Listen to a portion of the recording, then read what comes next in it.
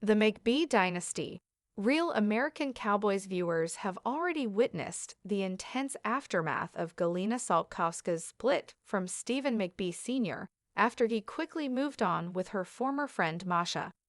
But now, she's taking a look back to tell all about the relationship itself and explain why the breakup was so painful. As seen on the McBee Dynasty Season 2, Episode 4, Stephen McBee Jr. had grown concerned about the McBee Farm and Cattle Co. CFO when he suspected that she was drunk on the job. After sending brothers Cole McBee and Jesse McBee to search her office for evidence of alcohol, he sat Galina down for a heart-to-heart. "I love you and I care about you, and I want to help," he told her, "but that is not oak." Galina's response? "Nothing is oak. All of it is not oak," she said, admitting that she felt like a piece of garbage amid his father's infidelity with Masha. "Nobody even knows remotely what I went through. You guys don't know what your dad told me." She elaborated in a confessional. He would make it sound just so right. "I thought we were going to be, spending the rest of our lives together. We were building a house together. I trusted him with everything, and I am beyond heartbroken." As Galina shared with a producer, "Because of that, I drink some wine just to relax my feelings." How Stephen McBee Jr. reacted to Galina Saltkowska's comments about his father. Recognizing Galina's pain, Stephen Jr. said, "I love him as a dad. As a husband, as a boyfriend, that's the biggest piece of garbage you could ever have. Like, this is his mo."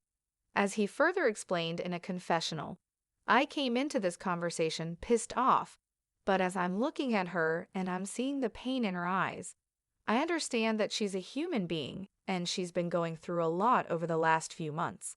And I know how good of a person she is and how productive and how valuable she is to our companies."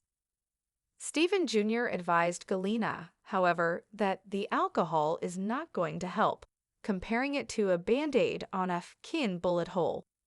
After she acknowledged that something has to change, he replied, "Well, yeah, it's gotta kin change. This is not oak. Promise me you will not do that again." "Yes, I promise," Galina responded.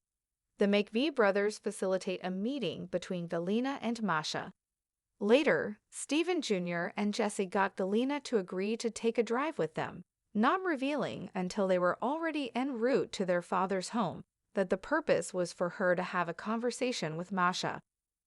"Whatever it is you've got to say to her, we're gonna say it today, and tomorrow's gonna be the first day of us moving forward and putting that step behind us," Stephen Jr. told his unwitting backseat passenger. After giving Galina some advice on how to peacefully navigate the conversation, he added in a confessional, "Galina owns part of the companies, and she's the most important person in our company. And more than anything, I want to be there to help her and support her and get her through this." Galina and Masha coming face to face amid their feud went about as well as you'd expect, though even with some light mediation from Stephen Jr., Cole, and a football helmet-wearing Jesse. When Cole attempted to point out that Masha was the person their father wanted living at the lodge, and they just needed to move on from the situation, Stephen Jr. interjected, "We're speaking for someone who ain't even here." As far as Galina was concerned, though, it's not even about your dad anymore. At this point, it's about the snake.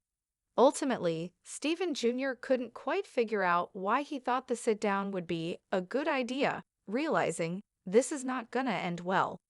As he told Galina and Masha, "I'm so damn tired of dealing with relationships that are not mine in a business where we are struggling every single day to make it. All I want is for Galina to be able to focus on her life and the businesses. I don't know what the answer is here. All I know is I'm tired of dealing with it." Galina traced the condensation ring her wine glass left on the polished mahogany of her desk. The office, usually a sanctuary of numbers and controlled chaos, felt like a cage. Each tick of the grandfather clock in the corner echoed the relentless march of a life that had splintered into 1,000 jagged pieces. Stephen McBee Sr. had not just broken her heart, he had shattered the very foundation of her world, leaving her to sift through the debris with trembling hands. She remembered the way his words had wrapped around her, warm and comforting, promising a future as vast and open as the Texas sky. "We're building a house, Galina," he'd said, his hand over hers, calloused from years of ranch work, but surprisingly gentle. "Our house, a place where we'll watch the sunsets together, grow old, maybe even spoil a few grandkids."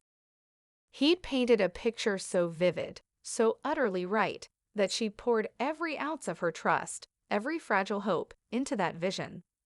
She saw the blueprints in her mind still, the sprawling porch, the kitchen island where they'd share morning coffee, the master bedroom with views of the rolling pastures. It wasn't just wood and stone. It was the tangible manifestation of a shared dream. To think he had been painting that same picture, perhaps with even more vibrant colors, for Masha, while she was still believing in their masterpiece.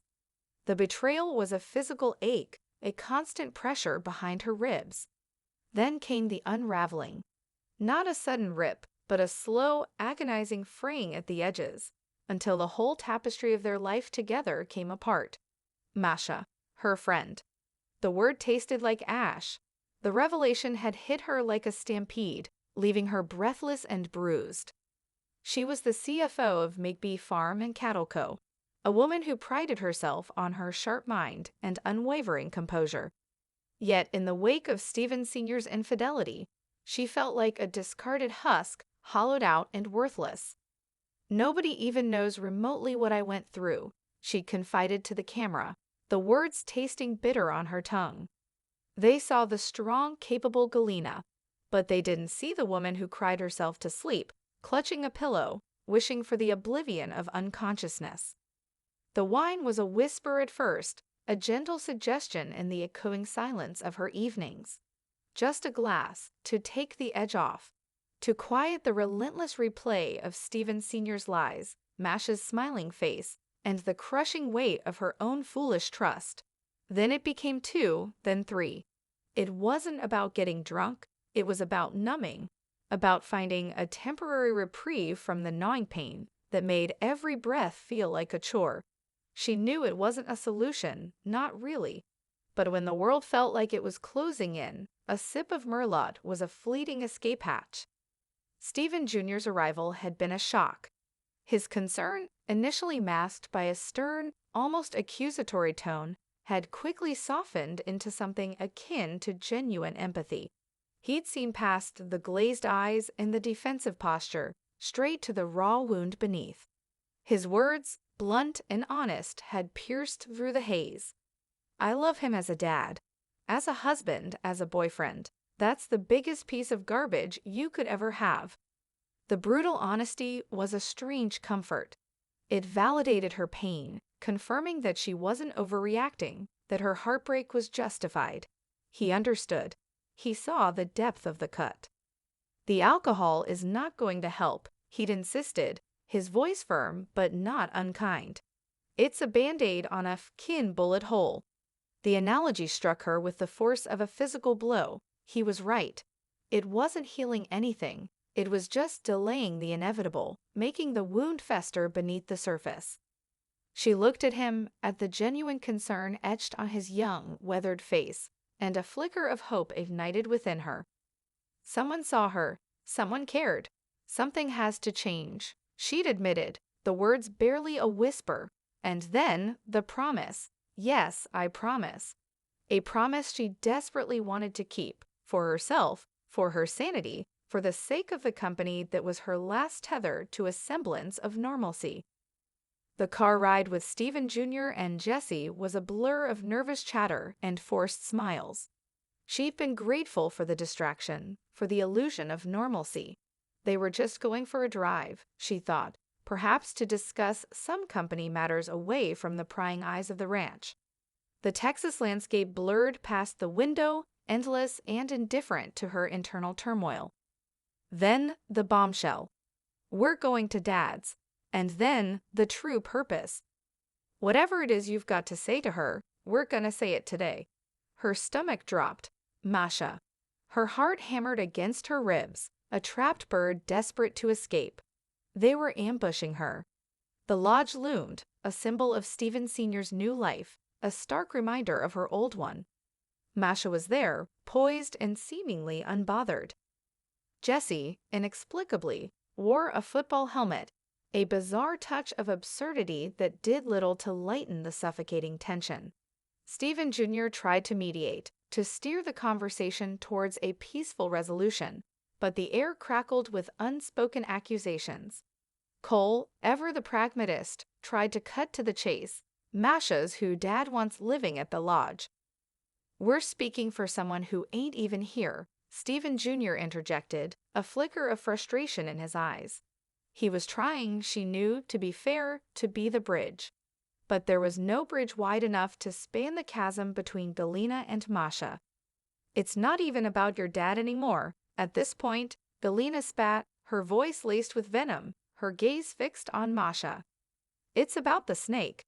The word hung in the air, sharp and unforgiving. Masha flinched, a barely perceptible tremor. "Good,"